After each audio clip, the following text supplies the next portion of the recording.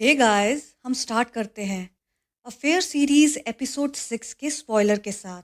Last episode 5 में हमने देखा कि किस तरह एक प्लैंक को बताता है कि उसकी और वॉन की शादी हो चुकी है और वॉन अब उससे डाइवोर्स मांग रही है। और यहाँ तक ही नहीं, वॉन की जिंदगी में कोई है जिससे वो बहुत प्यार करती है। जब प्लैंक उससे पूछती है, जब उसे पता चलेगा कि वो इंसान कौन है तो वो क्या करेगा, तो एक बहुत सीरियसली कहता है कि मैं उसे मार डालूंगा।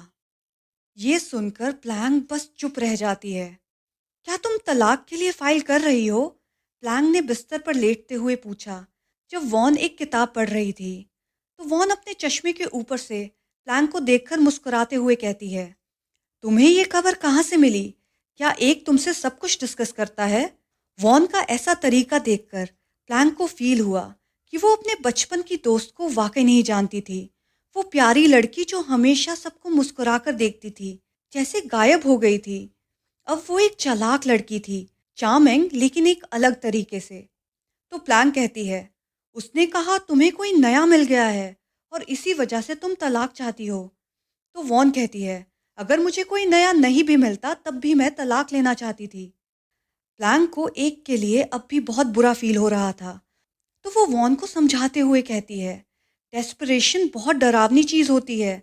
उसने कहा अगर उसे तुम्हारा नया लड़का मिल गया तो वो उसे मार डालेगा।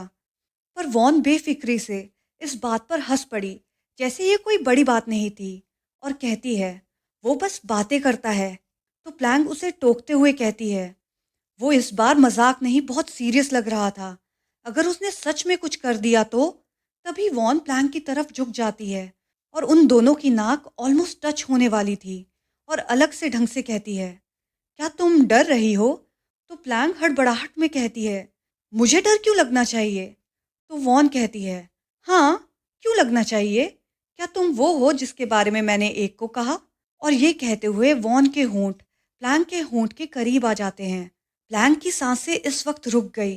तभी वॉन ने अपने आप को पीछे कर लिया, जैसे वो प्लैंक को चिढ़ाने के लिए ये सब कर रही हो। तो जवाब में प्लैंक भी ऐसे एक्ट करती है एज इफ उसे कोई फर्क ही नहीं पड़ा हो, और कहती है, वॉन मैं बस तुम्हारी फिक्र कर रही हूँ। किसी दिन एक को पता चल जाएगा कि तुमने झूठ बोला है, तो फिर? प्लैंक की बात को आधे में ही रोककर वॉन कहती है, तुम्हें किसने कहा ये झूठ है? वॉन की ये बात सुनकर प्लैंक चुप हो जाती है। तो वॉन प्लैंक के करीब जाकर कहती है, तुम फिर से नाटक कर रही हो कि तुम समझ नहीं रही है ना? और फिर प्लैंक के गाल पर किस कर देती है। तो प्लैंक हैरानी से पूछती है, अब ये किस लिए?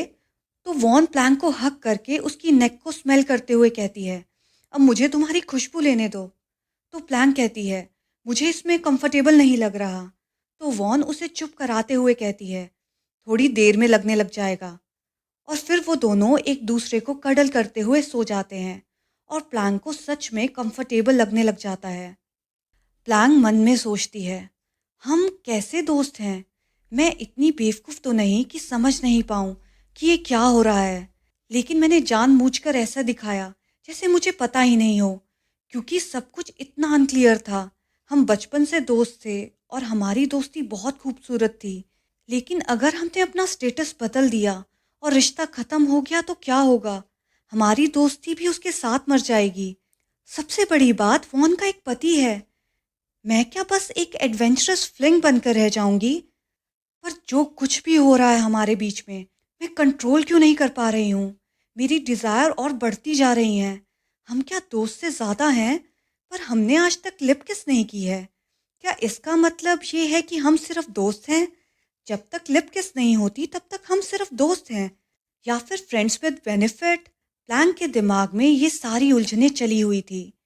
एक दिन शाम को पियानो प्रैक्टिस करते वक्त किसी ने दरवाज़ा खटखटाया।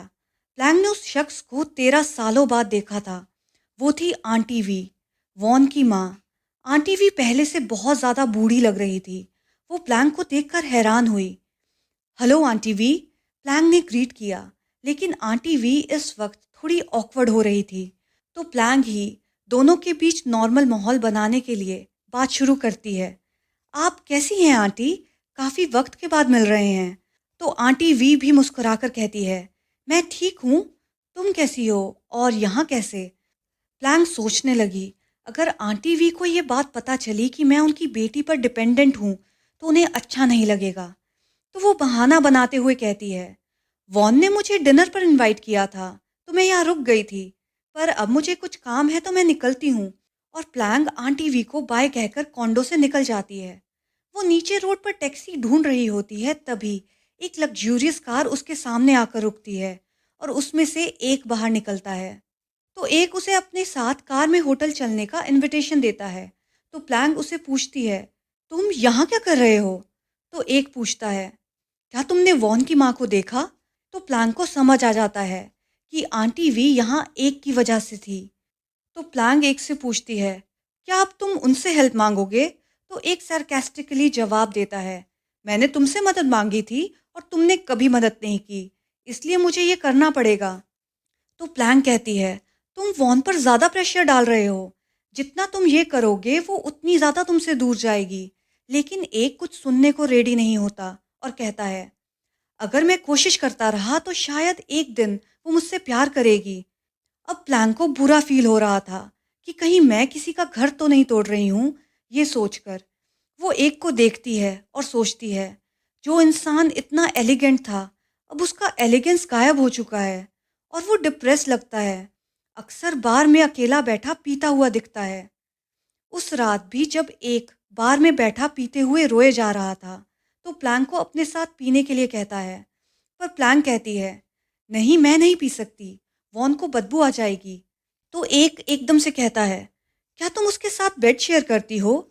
एक का ये सवाल नॉर्मल था, पर प्लैंक को थोड़ा अनकंफर्टेबल फील होता है।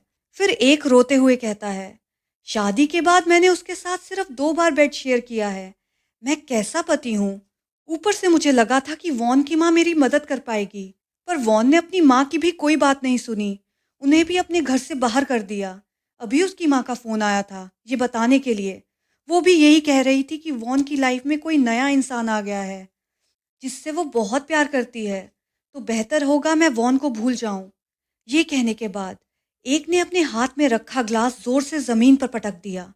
जमीन पर बिखरे कांच को देखकर प्लैंक को एक और वॉन का रिश्ता दिखा, जो टूटकर बिखर चुका था। इस वक्त प्लैंक बहुत गिल्टी फील करती है। वो मन में सोचती है कि मैं वॉन से एक आखिरी बार बात करने की कोशिश करूंगी। आज तुम्हारी खुशबू बहुत अच्छी है, वॉन ने कमेंट किया जब उसने अपना चेहरा प्लैंक के पेट पर रख दिया। लेकिन प्लैंक का दिमाग इन दोनों की मुलाकात कैसे करवाऊं, इस बात पर लगा हुआ था।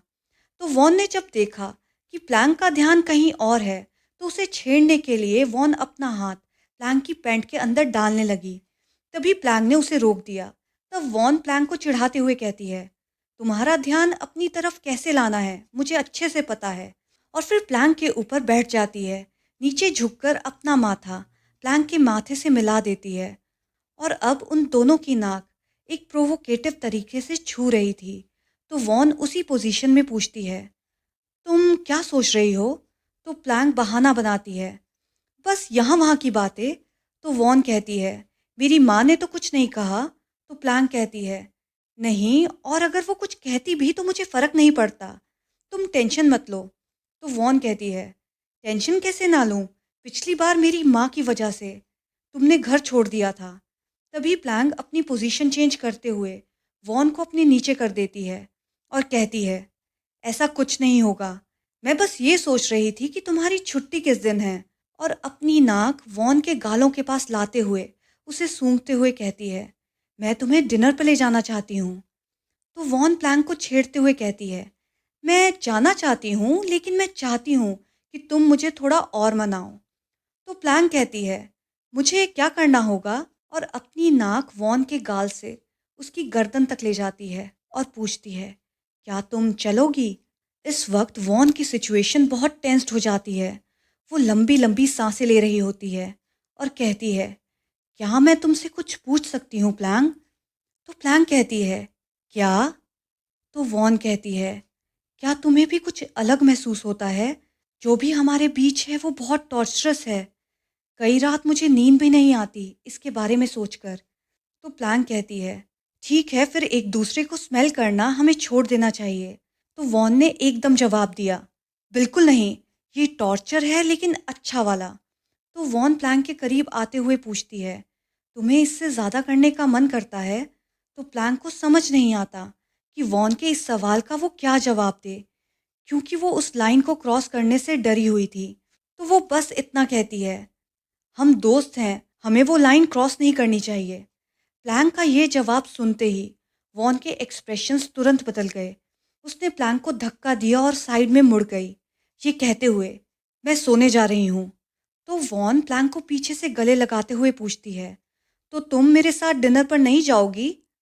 वॉन गुस्से में कहती है, नहीं, मेरा मन नहीं है।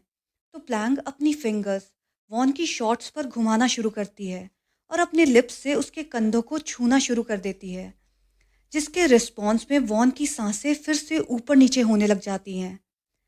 फिर प्लैंक कहती है, आई लव यू, प्लीज़ मेरे साथ डिनर पर चलो। वॉन की हालत इस वक्त आउट ऑफ कंट्रोल हो चुकी थी। उसने सिडक्टिव वॉइस में कहा, तुम मुझे बार बार ऐसे टॉर्चर क्यों करती हो प्लैंक? तुम बहुत बुरी हो। और एकदम से प्लैंक का हाथ लेकर अपनी शॉर्ट्स के अंदर डाल देती है और कहती है, अब समझ आया मैं किस बारे में कहती थी?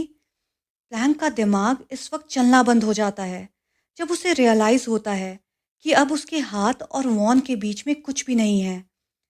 प्लैंक के हाथ इस वक्त फ्रीज हो जाते हैं। उसके अंदर भी कब से ये सेम डिज़ायर थी, पर वो अपनी फ्रेंडशिप टूटने से डरती थी, इसलिए अभी भी वो बिल्कुल फ्रीज थी, कुछ हरकत नहीं कर रही थी। तो वॉन कहती है, तुम चाहती हो ना कि मैं तुम्हारे साथ डिनर पर जाऊं, तो मुझे अलाउ करो जो मैं करना चाहती हूँ उसके लिए। तो जवाब में प्लैंक कहती है, तुम जो चाहे कर सकती हो, बस मेरे साथ डिनर पर चलो। इस स्पॉइलर के लिए भी इतना ही गाइस, और बहुत जल्द हम मिलेंगे एपिसोड 6 के न्यू स्पॉयलर्स के साथ। अगर आपको ये वीडियो पसंद आई तो please like share and subscribe to my channel. Thank you.